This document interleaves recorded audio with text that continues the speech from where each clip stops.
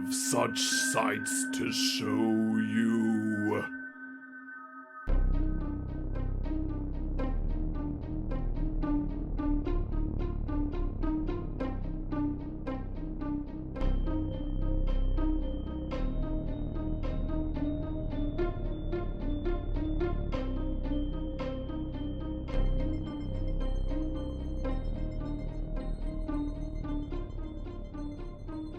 We're Poppin the Scary Horror Podcast here. I'm your host, Coale, and with me as always, I have my good friend and co-host, Aaron. I'm hungry. Ah, well, we'll eat some piz. Yeah, Pizza. Got some pizza from Pizza. Little Scissors. Ooh, Little I had a Scissor. Mandela effect moment on the way because I googled where the nearest Little Caesars is, and apparently it is Little Caesars and not Little Caesars. I was like, I thought Really? it was Little Caesars.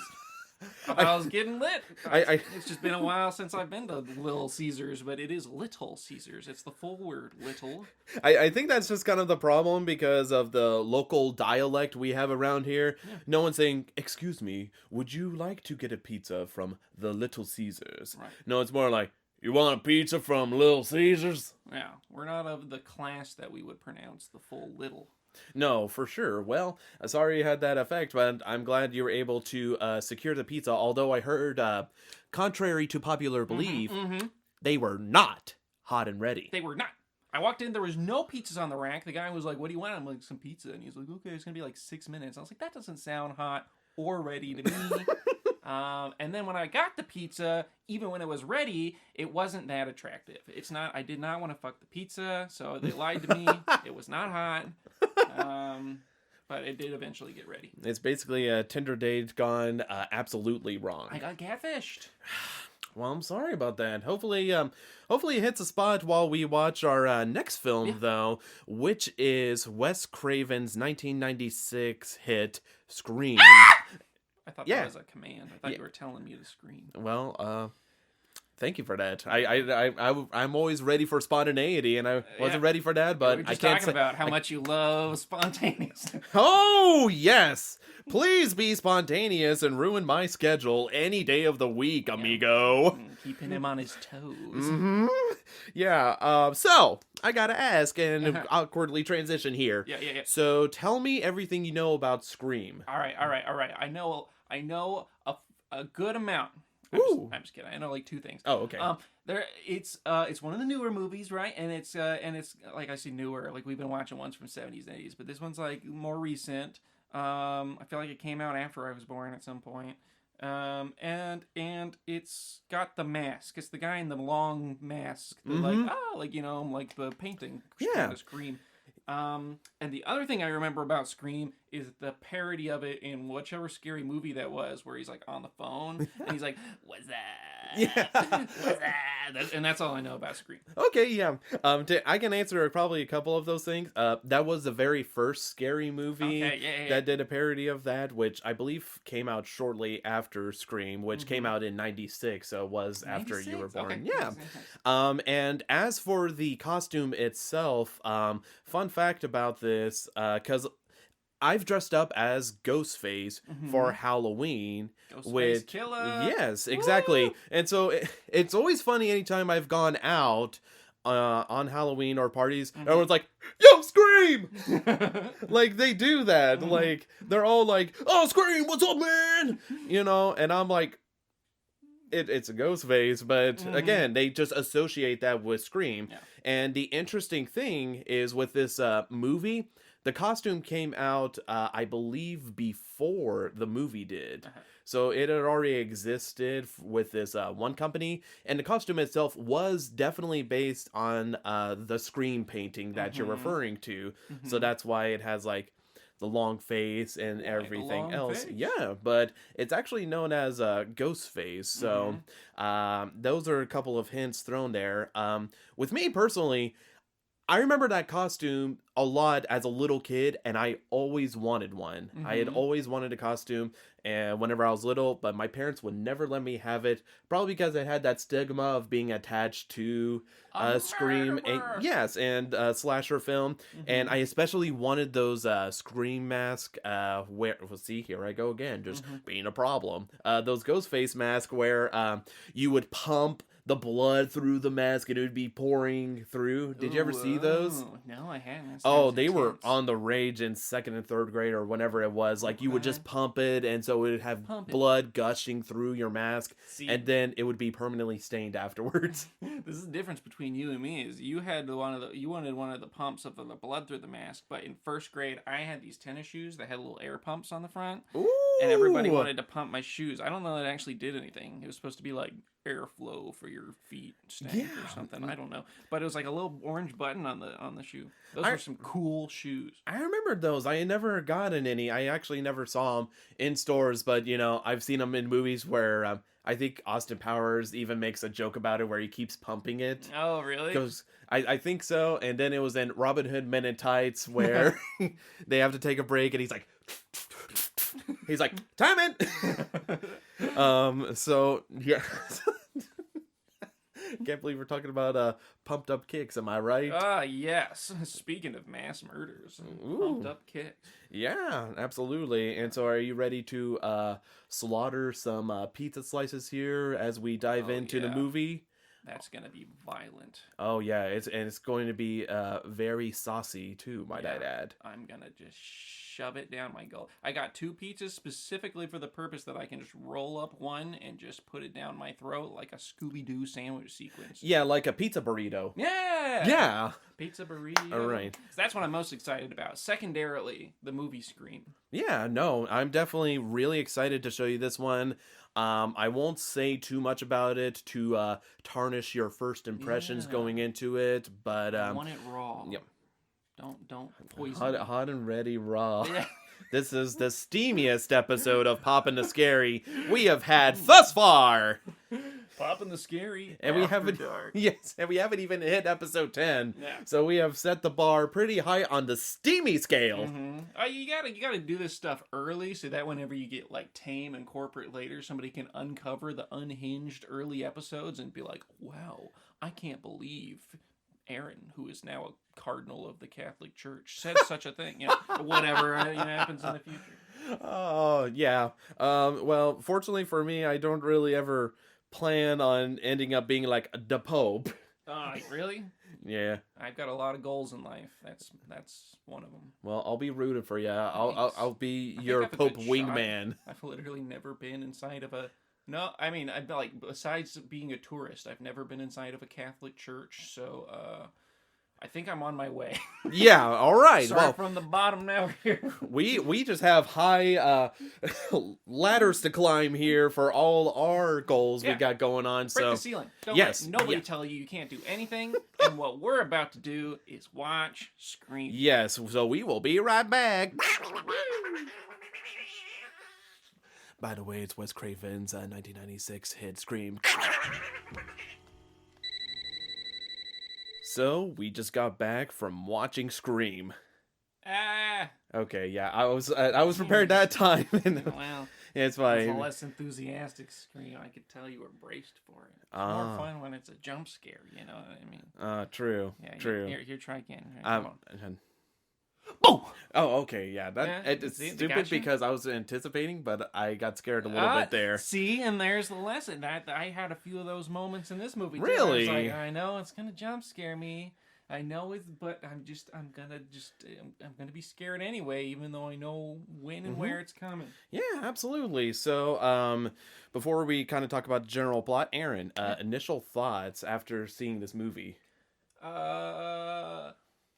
It's got Drew Barrymore in it. Yeah. It's got Matthew Illard in it. Yeah. It's got Courtney Cox in it.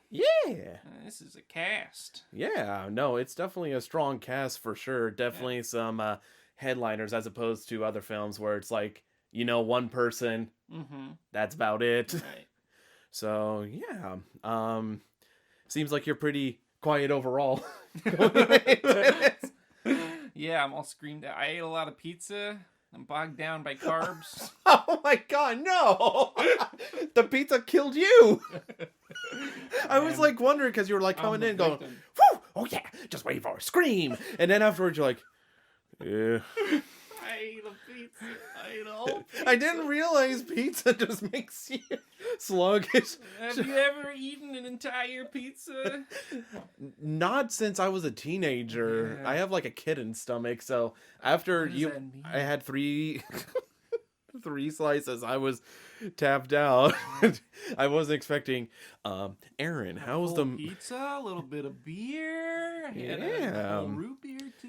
Yeah, and we have never mentioned this before. I know we're going to get into Scream, but we've inadvertently started a tradition of right before we watch a movie, we drink a beer. Yeah. And usually I bring over some beer, you bring over some beer, and usually it's like hit or miss. Like or miss. for the Texas Chainsaw Massacre, that beer has probably been the best. Yeah, that was Just move. Revolver Blood and Honey, right? Because it's a Texas brewing company. Which keep it like somewhat thematic when we can, a different beer every time. For sure. And then I know for last week, whenever we watched Alien, we drank the Jacko from Sam Adams, right? Yeah, which that was pretty good. one, yeah. I picked out the beer again, and not so grand this time. Yeah, I just think neither of us are big Pilsner fans.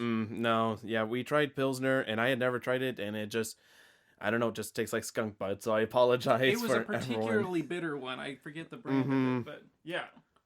Anyway. Yeah, so, yeah. It's our brewski tradition you Yeah, know so- about. A little behind-the-scenes knowledge for your next Poppin the Scary trivia. Yeah, absolutely. And if you ever have any recommendations for us to try, always leave a comment in the area below. Yeah, Definitely. for sure. There's But an area below. maybe. I fortunately, even though the beer was fairly bitter, for me personally, Scream is just always, pun intended, a scream to watch. It is one of my favorite horror movies in the catalog. And so, I mean, you probably already figured I liked it a little bit since I'm literally wearing a Scream shirt right now. Yeah. But no, go ahead, Aaron. Awesome. Yeah. I'm going to shit all over it. Yeah, that's I'm going fine. to shit all over your favorite movie. That's perfectly fine. I was kind of a little worried because I didn't see you move, and so I'm like, oh, maybe it's a pizza, or maybe he's not a fan of this movie. But yeah, so this sounds like it's going to be a spicy episode already. Yeah. Going to be the White Knight for Scream. We had some foreshadowing before we turned on the recorder that I was going to make you mad today. But you needed me to make... So I got to shit all over your favorite movie now. To be fair, it's not my... it's one of my favorite horror movies, but without getting into, like, my critique of it as a whole, we'll still be friends after this, unless you just utter something and we have to cut the broadcast. Courtney Cox is not even that hot. I don't know. I was trying to say something controversial. No, I think that's accurate. Yeah, I think she's fine. Most people would probably agree with that. And no offense, Courtney Cox. You Yeah. aged well. I Yeah. know you're listening. You haven't responded to my DMs. But if you would see them, you would know that I think highly of you. Oh my god. So since Aaron's pretty hesitant on giving his critiques, Well, it's hard to really dive into, like, without getting to the details. Yeah, for sure. I could just give the plot yeah, while yeah, we give get me ready the for plot. the The whole movie follows Drew Barrymore and nothing else. Yeah, I mean, you're definitely right. Nothing else happens. So stop the movie 30 seconds in, and you'll know everything. That's the main character. All right. Well, thank you for that, Aaron. You're welcome. Along with Drew Barrymore, there are other characters here. So Scream is a story that primarily focuses on Neve Campbell's character, Sidney Prescott, who is being focused by this one guy who nobody knows who he or she is, but it's basically a killer that keeps harassing her. And the entire movie, they're trying to figure out who this killer is that's wandering Woodsboro around the area, who's killing all these people. And as I mentioned before, Sidney Prescott is the main source of interest for this killer, but the entire movie is just figuring out who this killer is and it's basically a whodunit the entire time. Yeah. And again, it is kind of hard to talk about this movie without spoilers specifically, and we'll get to Drew Barrymore probably a little bit later, Sure, because that's a very unique scene in the fact that she's in the opening scene and just kind of opens the film and sets, I believe, the tone for the entire film. Yeah. So that's pretty much what we'll say, and then we'll just put a cork in it and just save it to later, because we could just really dissect this scene later on. But for now, in the non-spoilery territory, we're just going to stick to the other group of characters of Sidney Prescott and the gang. So whenever it comes to the main characters themselves, Aaron, what did you think of them overall? The characters are definitely kind of caricatures. Mm-hmm. The whole movie's pretty fun and self-aware. And I think the characters reflect that. I think Sydney's character is the only one that's like pretty like 100% serious, you know what I mean? Yeah. Everyone else has some element of like levity to them. Mm-hmm.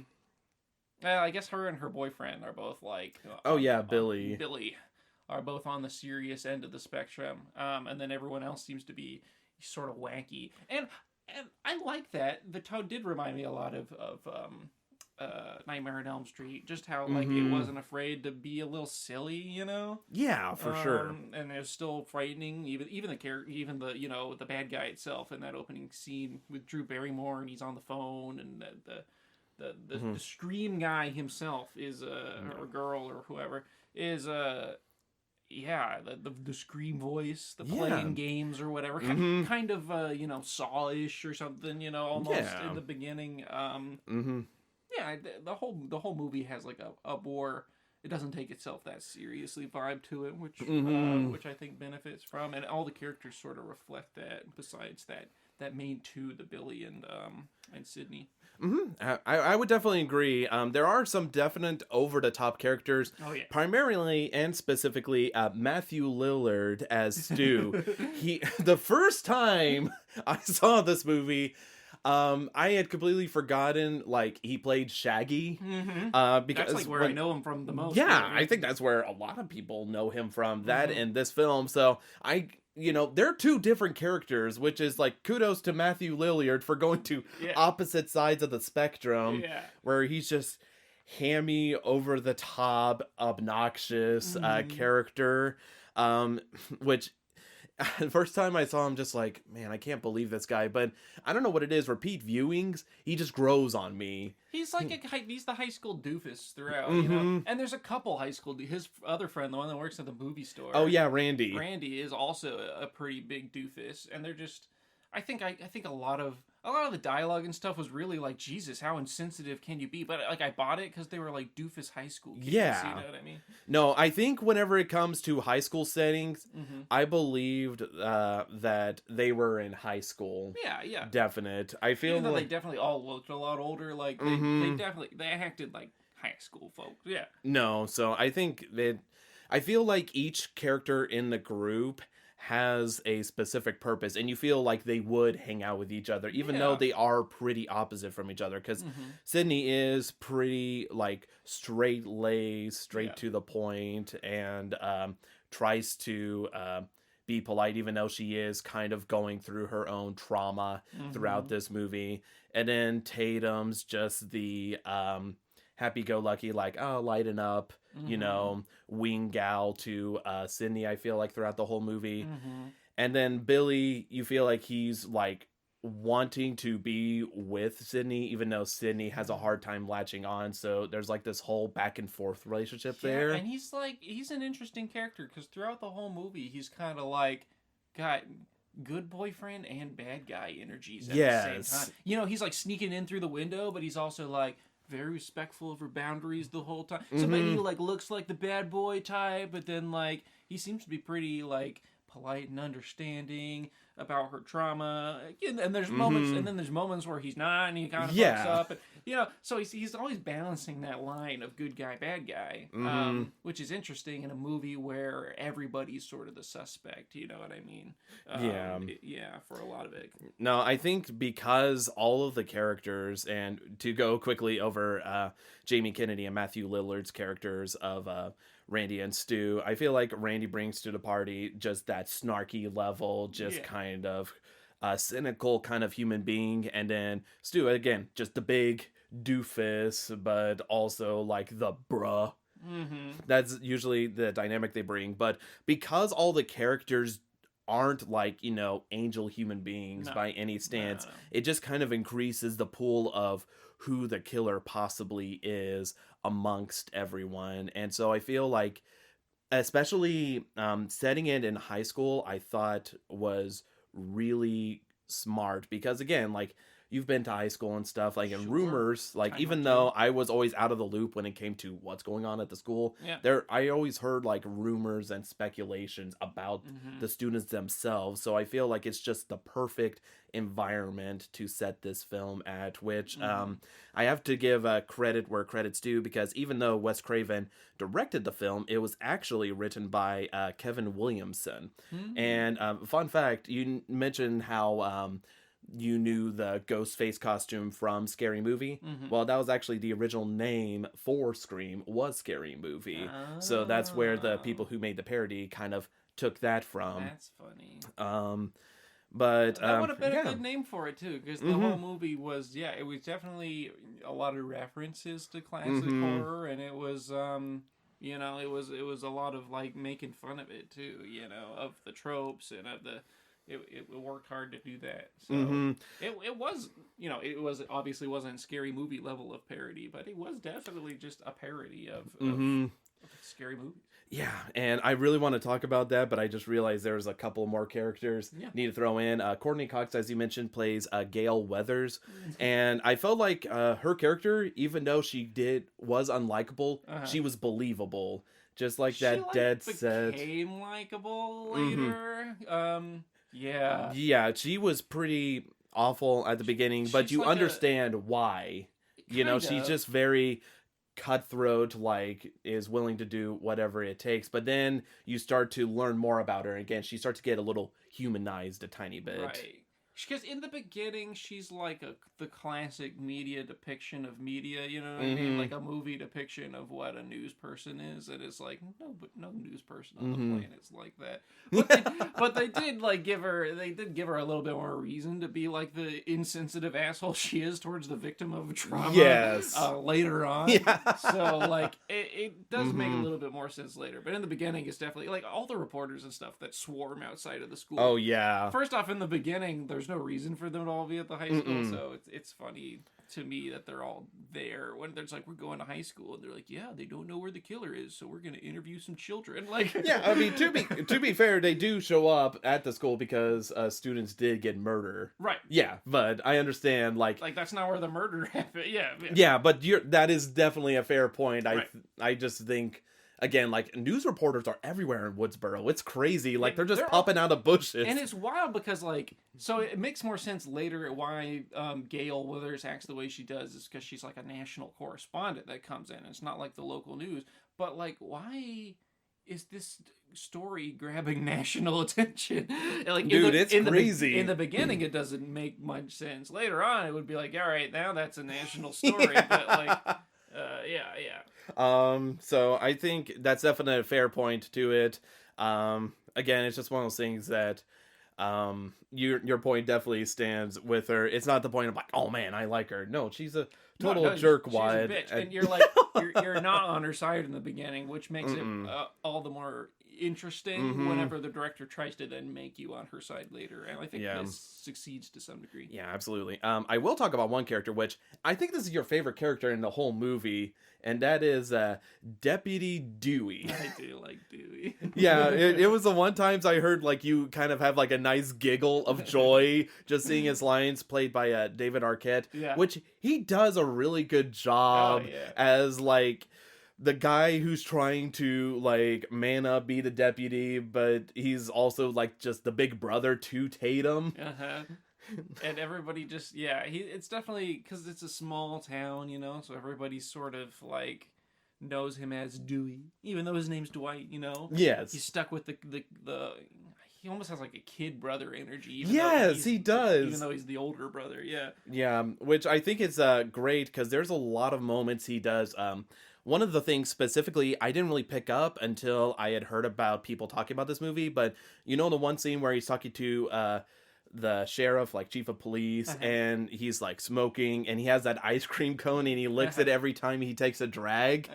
Apparently, whenever the head chief puts out the cigarette and steps on it, there's uncut footage of David Arquette throwing his ice cream on the ground and stepping on it. Like he's just trying to mimic, so it is like that little kid brother. Yeah, he's energy. like trying real hard to like be what he thinks is a man. Yeah, and you don't feel like he's a stupid idiot. He's just very naive and just trying to be the big man. He's a little dopey. In like a cute way. Yeah, I love Dewey. Yeah, well, I'm glad that you really attached to him. And one thing that's very important to point out is you mentioned the voice of the killer, Ghostface, which they actually never call him Ghostface in the film because in the film's universe, it's established that it's just like a regular costume you could buy at the store. So pretty much it's not Tatum called him Ghostface whenever she did.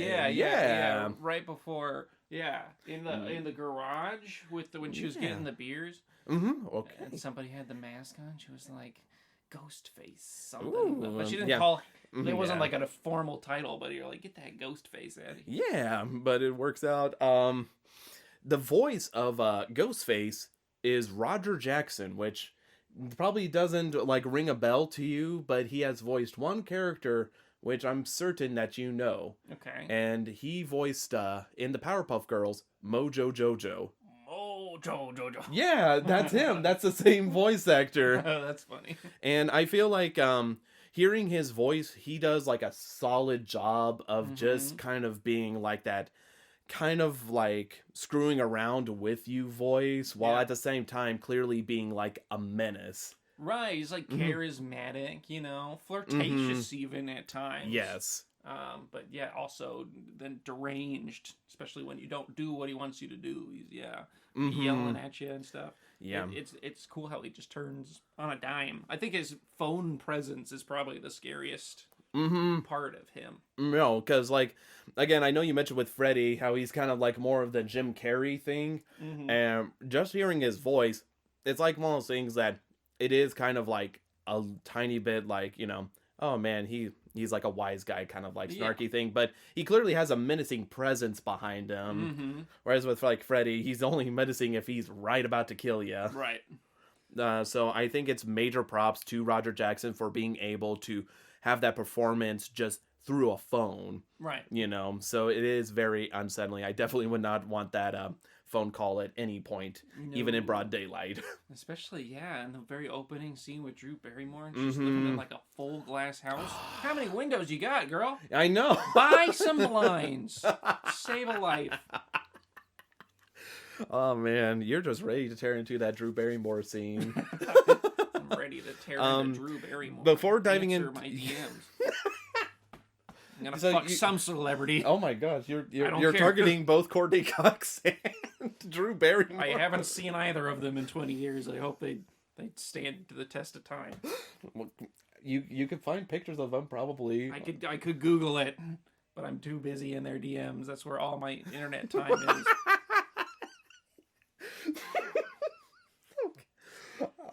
Okay, moving right along. Speaking of notable actors, how did you feel about seeing Henry Winkler as the principal of the school? He's always the principal, isn't he? I think that just also cemented it as like a sort of goofy, not taking itself seriously flick. Yeah, I think, man, I definitely agree with you, because out of all the characters, I feel like his doesn't really make sense because he's supposed to be very charismatic and everything, but then he just turns into almost a psychopath level whenever it comes to reformation or just being mad. and just screwing around in general. Yeah, he's a little bit of a ham. Yeah, which he's not in the film a lot, but Mhm. anytime it is, yeah, it's definitely kind of like, yeah, Henry Winkle is in Scream for sure. That's exactly, yep, that's him. So that's about the only character that gets to be like, okay, like, what is this character? A little bit, Little bit. yeah. I feel like all the characters are sort of extreme versions of their role. I mean, he's very much like the 90s movie high school principal. But then also, like Matthew Iller's very much his character, and Dewey is very much his character. And Gail Winters is very much the, tabloid reporter, hard as. They all sort of fit their role really like to a T. Like they're all the stereotypical versions of their roles, I feel like. And it's funny because that over the topness I used to not like, but now I've just kind of identified it with the movie Scream itself, and that I do get into these performances that are kind of over the top. Yeah. Because, whenever it comes to performances, if you rather underperform or overperform, they almost characterization, I'd rather have the over the top as opposed to not enough on the bone there. But we'll jump to the story because I know we've like hit a lot of bullet points. Ping pong, ping. I feel like even though it is kind of Sydney it's herself just having to kind of go through the motions of going through high school while just having this constant unnerving presence of who is it that's targeting me and is killing everyone around me. And also she is trying to deal with the trauma she's had previously.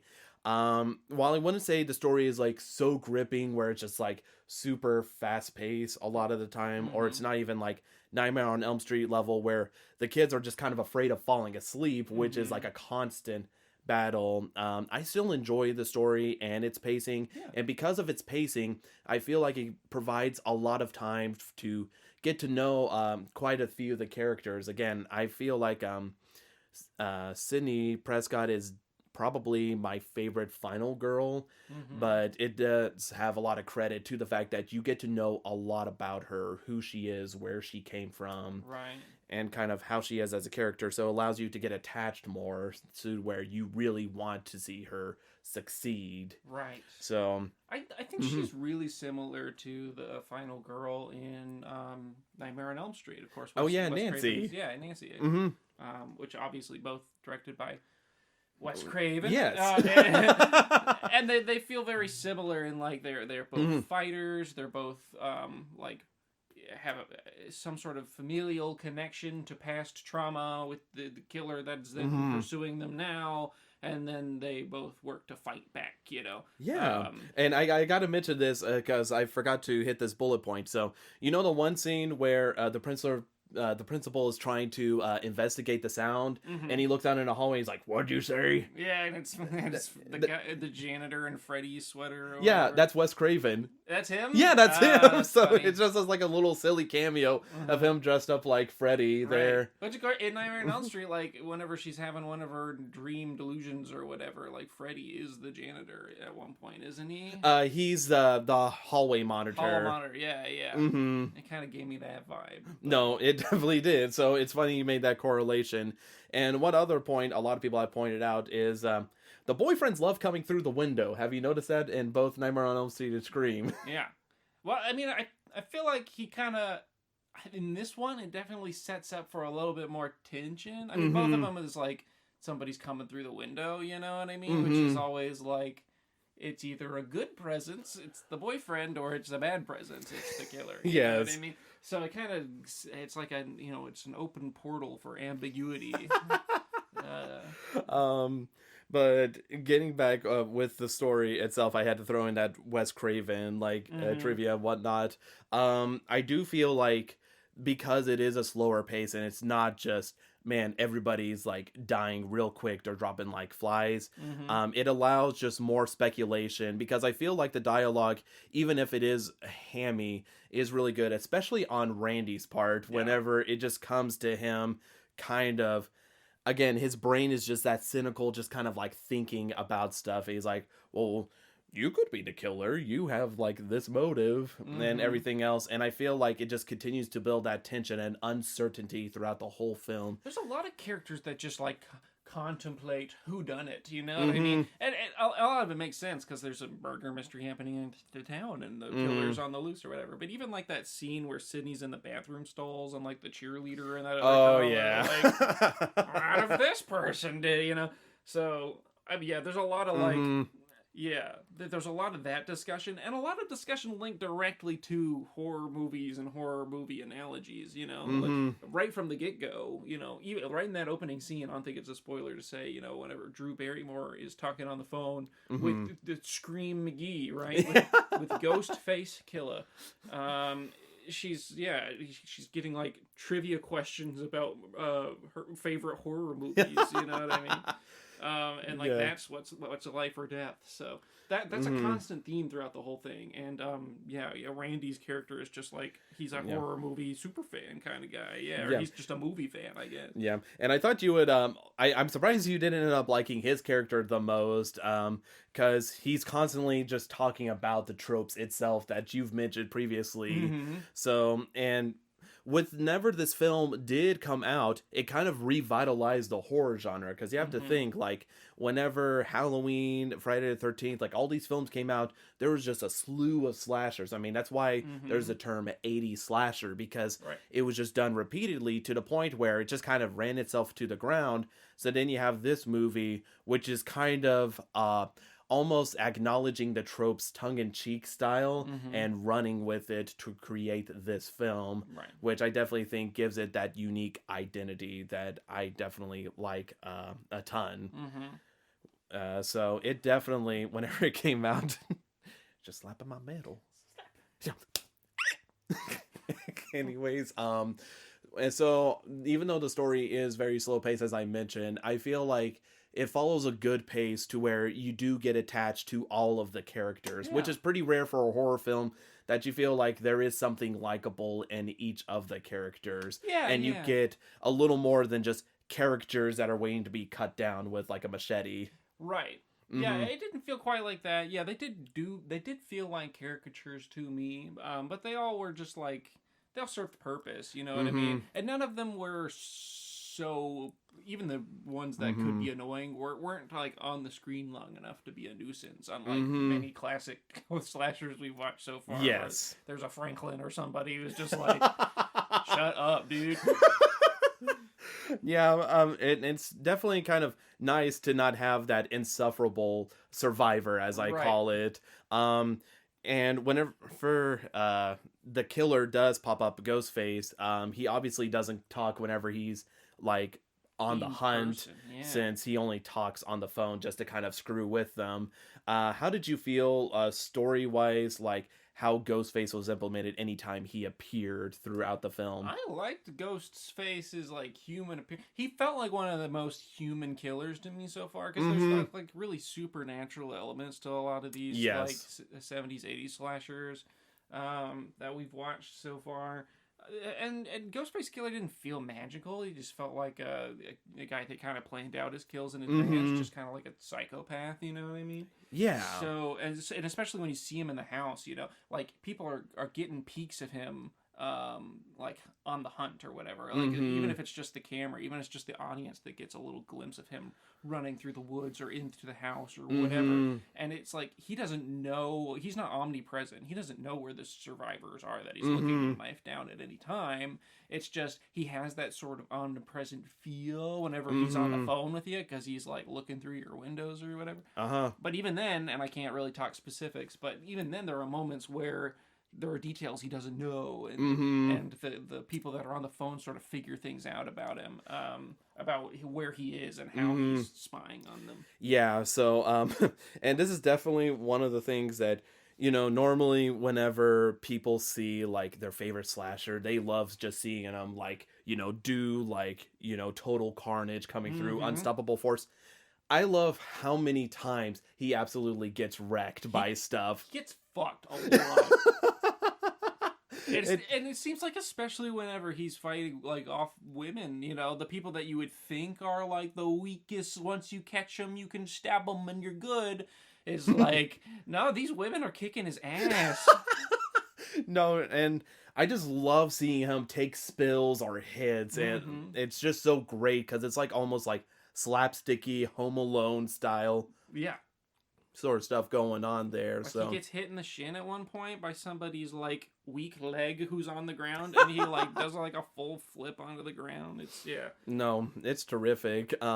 So I always enjoy it because it's not just helpless person running where like it's like a one-sided chase. It did feel so like a lot of this is gonna sound really pretentious, and they promise they don't mean it this way. No. The conflict in a lot of horror movies seems a lot like more like man versus God or man versus nature, man versus an entity that is much more powerful than them. And this movie, the conflict felt a lot more like man versus man. You know what I mean? Yeah, it definitely was just more visceral, Yeah. and not to mention you see the entire like chase play out. Like it's not just like first person, chasing the survivor down. It's like you see the killer and the survivor just running around, and I think because of that clumsiness, it just makes it more visceral and raw, as opposed to just like, oh, he's like perfect, able to dodge everything. It's just a very like primal sort of sense. I think that really adds to it, really, because it feels like they have a chance to escape him anytime they're under his thumb. You know what I mean? They have a chance to fight back and actually like be victorious for long enough to get out of there. And that just kind of heightens because it's like, okay, they're backed into the corner. It's not guaranteed. Like whenever Michael backs someone in the corner, like, oh, they did. You know what I mean? Yeah. But it's like, okay, are they going to die or are they not? You do kind of wonder that all the way until they're dead. Yeah, I think it's just a combination of just screwing with the people, and then whenever it comes to Chase, just having like that raw energy.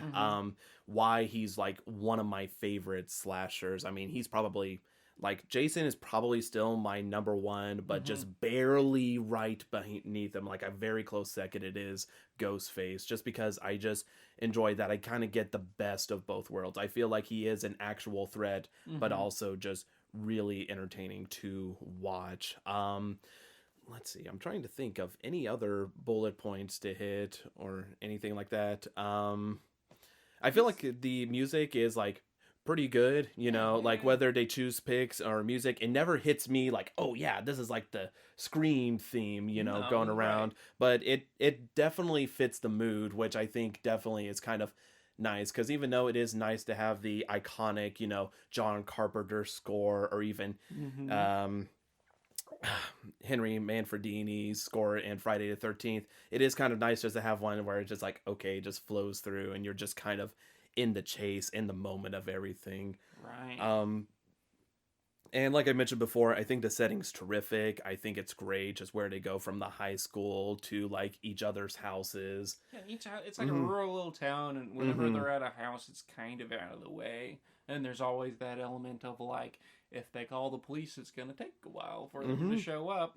Because, it seems like every location, with the exception of the school, is fairly like out in the middle of nowhere-ish.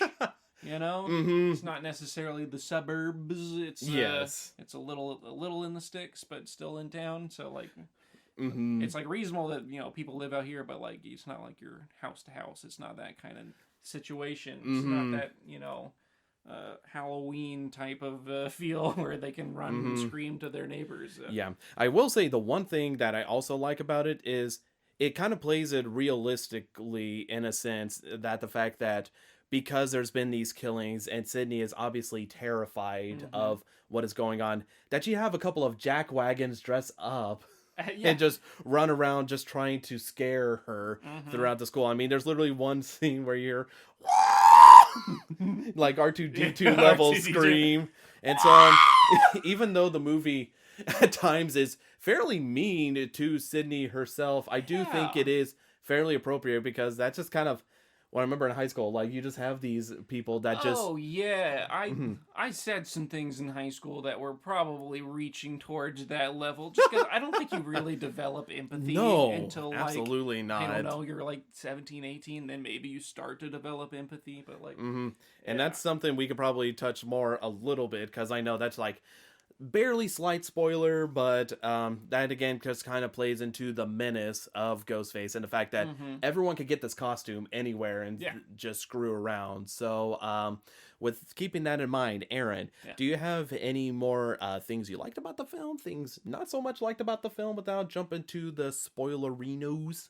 I don't think so. I think I'll save most of my comment for the spoilerino territory. But I will say, just as a killer, Ghostface is, I think he's like goofy a little bit, but like in the way that like people are goofy. You know what I mean? Like how he's getting knocked down all the time, and how whenever he's like running through the woods, he's kind of hunched back. He looks a little silly because he's in a generic Halloween costume. You know what I mean? But it's not goofy in the supernatural way that Freddy is. And so it's a very different kind of goofy, and I kind of like it. Not that I didn't like Freddy. I think I like Freddy a lot because he's goofy as well. But it was like, it's a much more menacing type of goofy. It's the goofy that human awkwardness is naturally goofy, but also like there's something a little bit unsettling about like whenever things are a little bit unnatural, but still man-like. So I don't know. That's sort of the vibes he gives me, and. Overall, I think the movie took a lot of risks with both, even just the way that the narrative was set up. I mean, they kind of like give you a full story in the beginning and then like go to another story completely. Like, they take a lot of risks. I feel like the way that they reference other horror movies and the way that it's like sort of a parody of horror movies while still being a self-enclosed kind of scary experience. Was probably a big risk at the time, and I give it a lot of props for that. I feel like it did probably detract from the overall. I think it's really hard to do comedy and horror at the same time, and I feel like that's what this film was trying to do. And I feel like if you lean too far into one side of it, you're just detracting from the other. So I think overall, this film for me was a little bit of a tug of war between those two genres. And like whenever it was silly, I wasn't scared, and whenever it was scary, I wasn't laughing, kind of thing.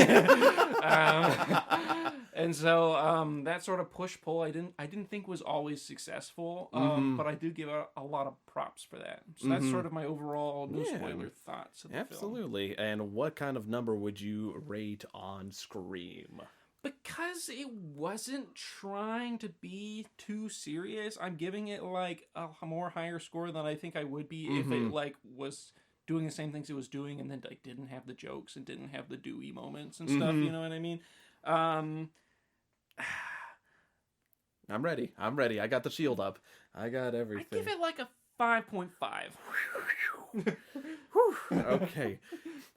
Higher than Halloween, though. Yeah. I couldn't in good conscience give this like way more of a better score than Halloween because I do think like Halloween's probably a more important film overall. But yeah, it was like enjoyable. It was a fun thing for me to pop on. It wouldn't make it into my echelon of like I gotta recommend my friends watch this movie. You know what I mean? Not like me. Oh man. I could completely respect it. We are still friends after this. For how much longer? If you had rated a 5, I would have killed you. Yeah. I think he's bluffing. I'm pretty sure he has a ghost face mask. And I know he has many large kitchen knives. What are you talking about, Aaron? It's him. He's in the room with me right now. So, as I mentioned before, it's one of my favorite movies, so you know it's probably going to be higher than a 5.5 for me. Yeah. It's one of those things, I know I've mentioned before, like there's one film that I know specifically in the horror genre that's a 10 out of 10 film for me, and this film is not it. Okay. Because it's not the crowning achievement of I think this film is perfection, because there are a lot of moments, like I said, some of the characters, not so much out of the main group, but as I said, like the principal or even like side characters are just fairly like cardboard standouts, little goofy. Like I said, they make some decisions. I'm just like, why would you do that in good conscience? Right. There. And so because it is kind of characterized, like the high schoolers are so like bruh partiers, like everybody is. And like I mentioned, it is, even though I like the slow pacing, it does get a little too slow. Not like Halloween slow to where I'm waiting for the moments, but it's still kind of like, okay, it's taking it back a bit. And so taking like little like chips off the block, it's a 9 out of 10 for me. Okay. Like I said, I like this film a ton. Really, whenever it comes to first installments, I think it's one of the best like first films to show. And there's just a lot of stuff to like, which again, probably biased in the fact that Ghostface is one of my top favorite killers. Sidney Prescott is my favorite final girl. And every time I enjoy it, I pick up on more and more stuff, because with this film, there's definite some rewatch factors to it. Just to pick up more on, which we'll dive more into spoilers. But for me, it's definitely a recommendation, but I feel like Aaron's critiques towards the film definitely stand valid. It's definitely not like, what are you talking about? I think we have a lot of the same issues with the film, just the things that I think I just weigh them a little more heavily. I do think the pacing, it's slow in part, and then it's too fast in certain parts too. I feel like they try to jam things together quickly. I feel like, a lot of the characters are two-dimensional, and I think I just probably count more off for that than you do. But... Yeah, I think it's definite, like, as a film critique, my love for this film just kind of overlaps it to where I can overlook that stuff, as opposed to a film like Alien, where I feel like, okay, it's just like a solid made film, that's super just solid, a good movie, and I enjoy it as well. This one is just definitely more kind of close to my heart, and it was kind of like, whenever I first watched it, it just blew my mind watching it. I'm like, oh my god, this film's incredible. Amazing. And every time I've rewatched it, and I've gotten to watch it in stunning 4K, which is gorgeous. That's a lot of Ks. Yes, that's 4 of them. All 4. Yes, and the game's all here. Yes, exactly. That's one more than the bad case. I get you started choking and dying after get that out of my mouth. Yeah. Next time we'll watch it in 8K. That's a promise. Yeah. No, we won't. I don't have the footage and or set up for that. Next time we run out of all of the horror movies and we have to get to the point where we're rewatching them, I think by that point 8K TVs will probably be really I hate affordable. to be the bearer of bad news. There's a lot of horror movies. That's what I'm saying. By that time, I'm pretty sure we'll all have 8K televisions. Probably. Maybe. I don't know. I'm just going to keep riding the 4K train for a while. I still have a CRT. Really? Which, by the way, in this movie is deadly. Yes. Somebody does die due to a CRT television. So yeah, that's Recycle your CRTs, folks. So yeah, before jumping into spoilers, I feel like overall, hopefully you have a better judgment as to whether this film should again, encourage you to watch it. I feel like it is one of the popular ones where everyone's watching it while Aaron is dancing, doing dance movements like that. I'm whipping and I'm naming. In case you haven't watched it, I definitely would still say to give it a watch. And I feel like from Aaron's critique, it is kind of like a less moderately scary film. So for people entering the world of horror, just unsure how scary a film would be, I imagine from Aaron's point of view, it's probably tolerable enough to watch it without having like straight up nightmares. I mean, yeah, probably overall. I will say, like, that opening sequence. I just don't think, like, as a whole, whenever you see the whole product of the movie, it's not, like, super duper duper duper scary throughout. But I think some of the moments where it is scary, it's, like, it's pretty intense. For sure. And we're actually probably going to jump right to that scene, since we have been jumping over that opening scene multiple times. So if you don't want to get spoiled, go watch the movie already, because we are about to dive into Drew Barrymore's opening scene. Opening scene! Drew Barrymore was the little girl in E.T. That was her first role. Holy crap. That's incredible. You spoiled it for everybody. And she also gets fucking eviscerated. Yeah. In the opening scene. That opening scene, that is like just fine writing, and just like, it's like a perfect short story for me. Yeah, I'd say that. It kind of stuck. And I think it was a risk to kind of start in media res like that a little bit, where it was like, all right, like the first scene, she's like picks up the phone, she's talking to the killer. Like, no backstory, none of that kind of nonsense. We'll just get right into it. But yeah, it's really interesting, because I think she sort of develops like this sort of fun, playful, almost relationship with the guy until he's like, "I'm watching you," and then she's like, "Come again?" Yeah. And then it turns into murder mode. I agree with you. It is just it's a well crafted little opening story. Yeah, I mean, Drew, you don't really get to know Drew Barrymore's character besides the fact that she's a girl in high school. But again, I don't think that's really the point of the opening scene. I really think it's to really set up who exactly Ghostface is as a killer, just showing him his tactics whenever it comes to attacking his prey. And secondly, just to kind of set the overall tone of the film itself, because it is very well paced. I feel like it's just perfectly paced, and it has like that perfect crescendo moment before it's just bam, like right in your face. It's just constant tension rising throughout the entire thing. I did have a little bit of an issue with how quickly it started, but I do think that once it got started, it was really, I mean, once you got into it, because I felt like it was maybe a little blunt, abrupt for me to just start that quickly. But yeah, no, I think I agree. I think they slipped in just little moments of tension, like her popcorn burning, and then the fires in the house and starting to fill up with smoke.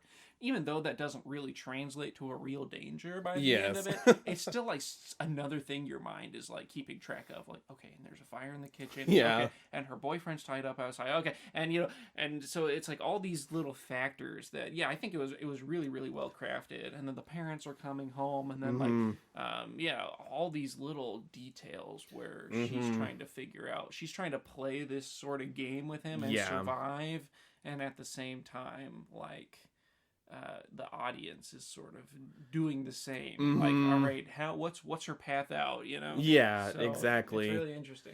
No, I think it's definitely a solid point, and not to mention, it shows kind of one of my favorite moments is whenever it's revealed that Steve is tied up outside, and Ghostface plays that quiz show game with her. I feel like it's just a perfect level of just kind of screwing with her, especially throwing in that twist about the killer in Friday the 13th. Right, and it really first off, I'm glad that we watched some of those movies before. Yes, watched trust me, it was definitely on purpose. Right, because I would have been mad if I had that spoiled for me about Friday the 13th. Oh, just spoiled? Like, come on, man.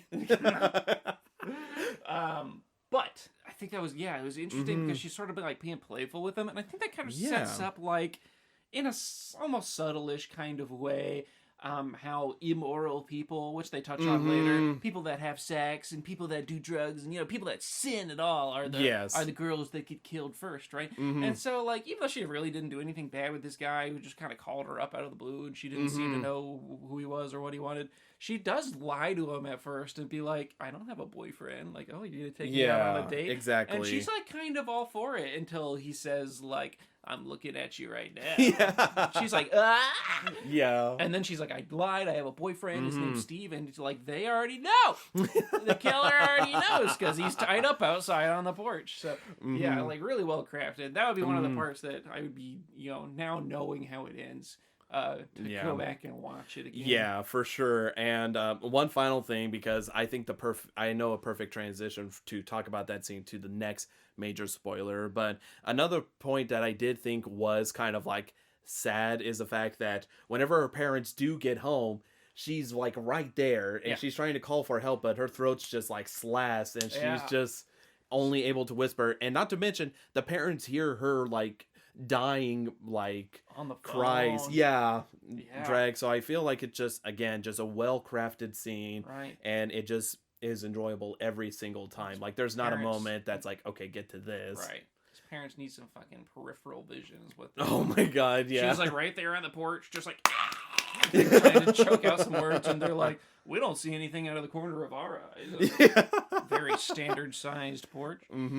But as you mentioned, it seems kind of like senseless. Like, okay, why is this killer coming to kill Casey, which is Drew Barrymore's character? But then that just plays into who it is. I think it makes so much. I think it like made sense from the get go to me. Like with the games and stuff he was playing, like it seemed like it's like, okay, Ghostface is like a guy that kills because he thinks it's fun. He's here to have some fun. And that's like a raw motivation that I just kind of understand off the bat. Where the mystery comes in is like why he starts tunneling fucking the main character. Yeah, right? Sydney. Why he starts tunneling Sydney.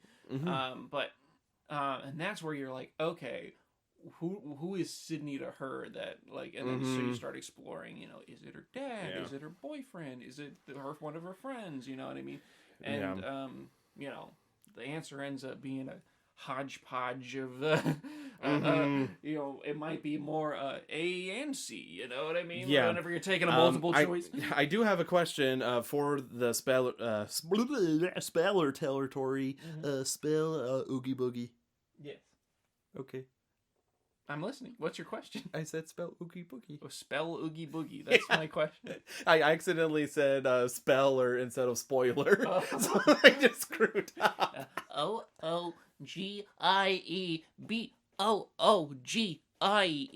Is that close? Yeah, you got it. Is that it? Okay. Yeah, I didn't know if it was like IE or the Y. Yes. Boogie. Nope, you got it right. Okay. Anyways, I do have a question in the spoiler territory. Spoilers. Did you know who the killer was? Like, did you say like it's got to be that guy or that gal?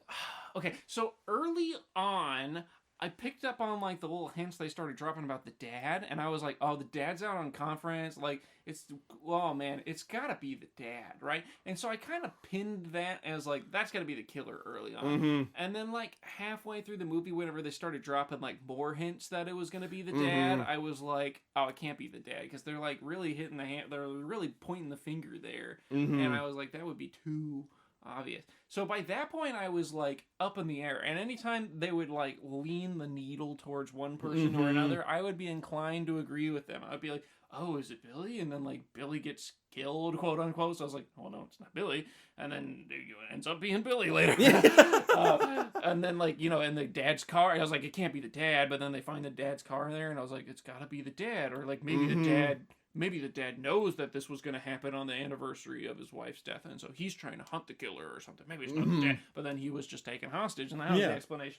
And then I was like, maybe it's Dewey. Maybe this movie's so goofy that they're just like, it's Dewey. And then whenever everybody left, I was like, oh, everybody leaves to go see the principal, except for the one guy watching the movie, fucking Randy. Looks like Screech. Randy. I was like, is it fucking Randy? Because he's obsessed with the horror movies. And they had that one little line whenever he confronted Billy or whatever, where he was like, oh yeah, no, I would totally be the number one suspect or whatever. I was like, are they just... So, you know, it really threw me through a loop the whole time. I did think in the beginning it might have been Matthew Lillard, though. But I kind of lost that thought out of my brain. But it was whenever he was like joking about the liver, and he like kept on sticking out his tongue like... And I was like... Maybe it's him, because he just seems like psychotic killer type. And it did end up being him, but I just didn't have any like more evidence. It didn't give you any more evidence for that. For sure. Were you expecting the fact that in Scream there are two people collaborating as one killer? I didn't. And it makes so much more sense as to like, even now when I think back to that Drew Barrymore scene in the beginning, like I feel like they had all their options covered whenever they got to the second quiz question, and they were like, am I at the front door or the back door? Probably at both doors.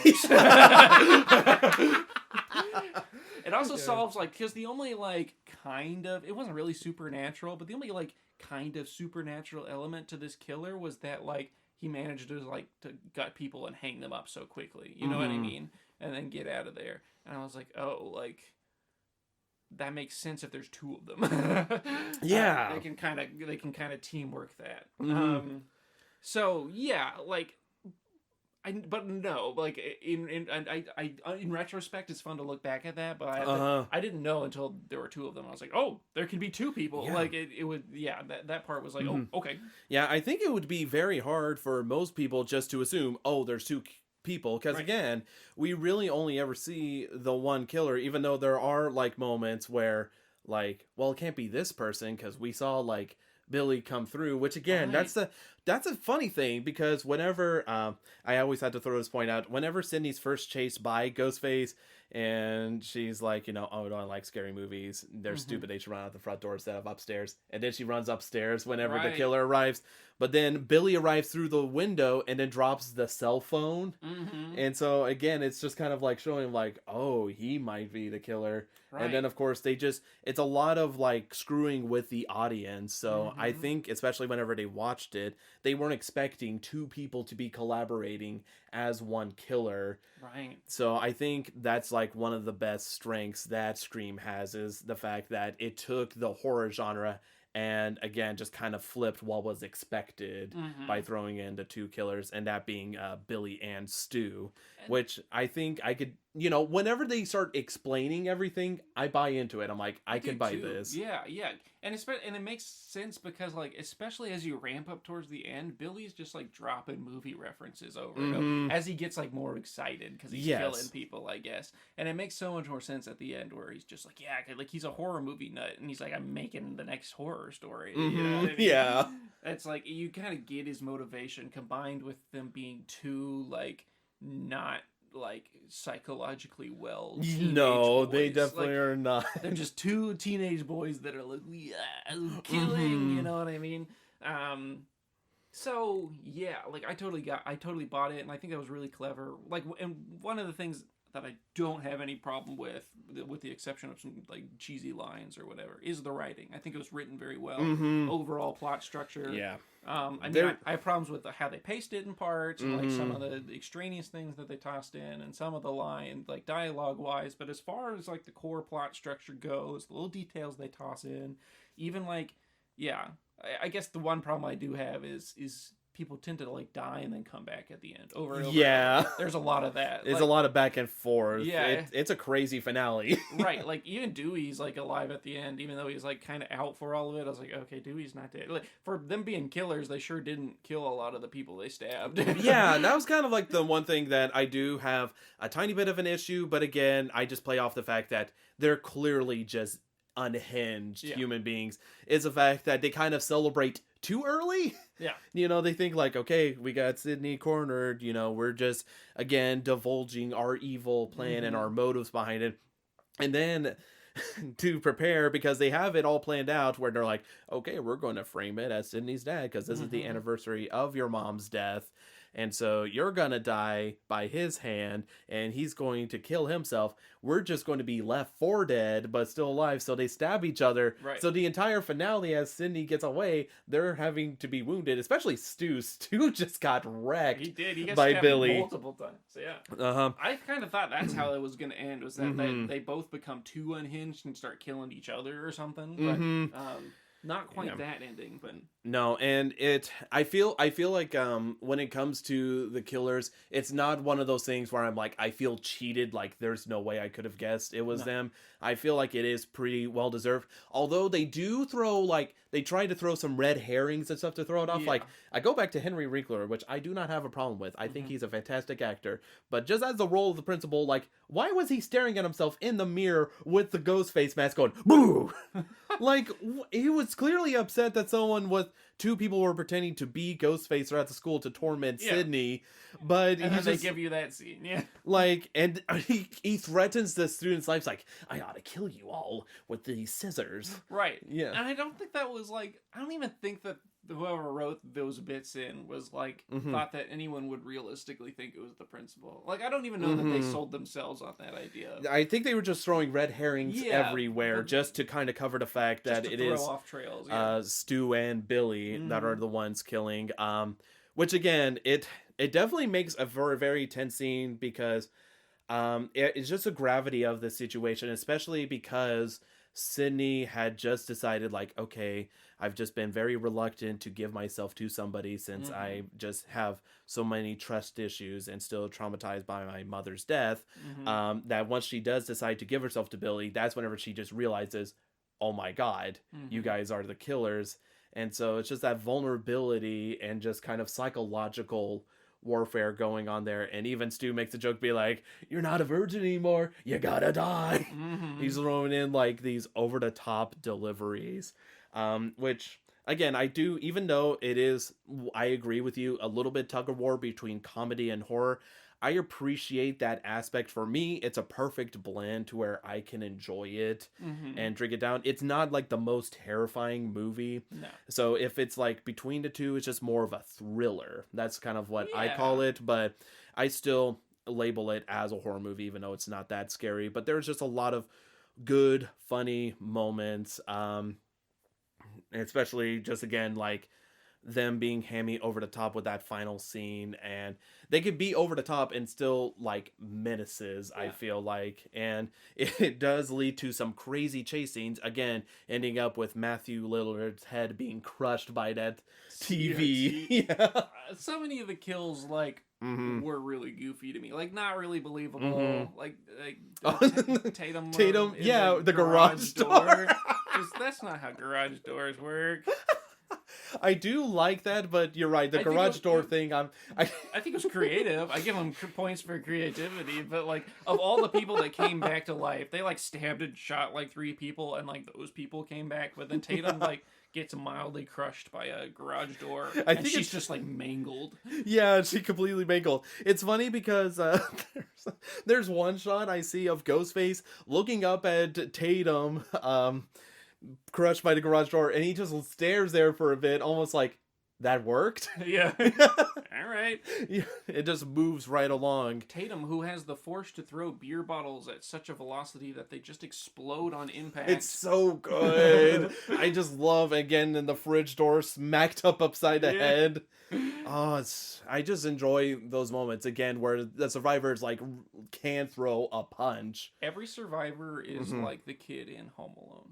I don't know, Macaulay Culkin. He's a master genius. Yes. It's like if you caught Macaulay Culkin off guard, though. You know what I mean? He didn't have time to plan. He's still got a pocket full of marbles he's going to throw at you. Oh, for sure. And that's probably one of my favorite aspects, is the fact that when it comes to slashers, we haven't really seen a lot of retaliation, because A, the killer's usually stronger, or B, the person is just scared. They're like, okay, I'm just going to run. So it is kind of fun to see them actually just try to fight back, even though a majority of them do inevitably lose. But I do feel that because of, again, just that visceral attacking and everything, it's just what stands out to me, even though it does get a little ham-fisted at times. Like I said, Gale Weathers coming in with a gun at the end, and then safety's on, so then Billy takes it out. It's about to kill her. That's a thing that, you know, you see a lot of people like have critiques about it whenever it comes to like any film in general. Like, why does the person not shoot him in the head or anything, like Stormtrooper? Because, you know, Billy and Stu had plenty of opportunity and time to kill a lot of people. All these people they didn't kill. And this isn't even just, they're just screwing with them. No, they just don't. They thought they were dead and just like left him on the porch, piled in a little body pile. It's people that are able to just coerce together and come up with these master schemes kind of drop the ball at the end. Right. And just get sidetracked by like, oh no, where's Cindy? Oh no, where's this? Oh no. But I still think it's an incredible thrill ride that I enjoy every single time I see this film specifically. And like I mentioned, I do like the relationship that forms, maybe uncharacteristically, between Gale Weathers and Dewey throughout, which they actually got married in real life. Did they really? Yeah, and then they broke up later. Did he keep his pencil mustache? I don't know if he did. I think he did for some films, but yeah, I enjoyed seeing them because, again, like, Gale Weathers turns from, like, straightforward, like, I'm willing to die for the news kind of thing to kind of, again, she's just trying to free Cotton and stuff from prison, since he's not the one that did the killing, but instead it ends up being Stu and Billy who did it. And that's what slightly redeems her character. I think her character becomes more believable as well as redeemable the more you go into. Because in the beginning I was like, who is this? Because at first I didn't realize she was national, right? So I thought she was some local reporter just like walking up to a victim that's been traumatized of her mother's like death and raping, and was just like, answer my questions, bitch, you know? It's just like microphone in the face. Like, that's not how any reporter handles that delicate situation, you know what I mean? if a victim doesn't want to No. talk, you can't make him. But then, like, it made sense later. It's like, oh, she covered that case earlier, and she believes that her testimony put away an innocent man, and that's kind of why she's being aggressive. Yeah. And like that redeems her a little bit. It doesn't like make up for her comments about her photographer who has like Oh god, 50 yeah, pounds overweight. that cameraman constantly gets verbally abused by Gale Weathers. That poor guy. Oh, for sure. He's just on assignment. Yeah, which I guess overall makes that sweet punch Sydney does to Gale Weathers at the beginning Clocks just her. like it's such a clean hit. Yeah. So good. Yeah, and then some of the other reporters on scene weren't really believable. No, they're just like very like they're the people you see on the background TV. That's just the filler character. Oh, yeah. That's basically what all the other reporters are.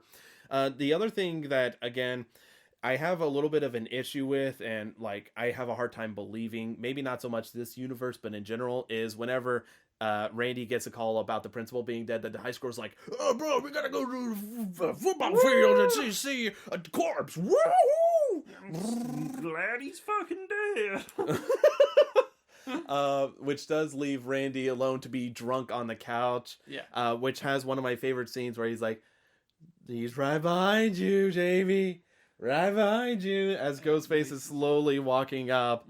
I just feel like it's one of my favorite scenes to watch. And so it has a lot of those favorite scenes. And again, like you mentioned earlier, it does have some cheesy dialogue, especially whenever they dispose of Billy.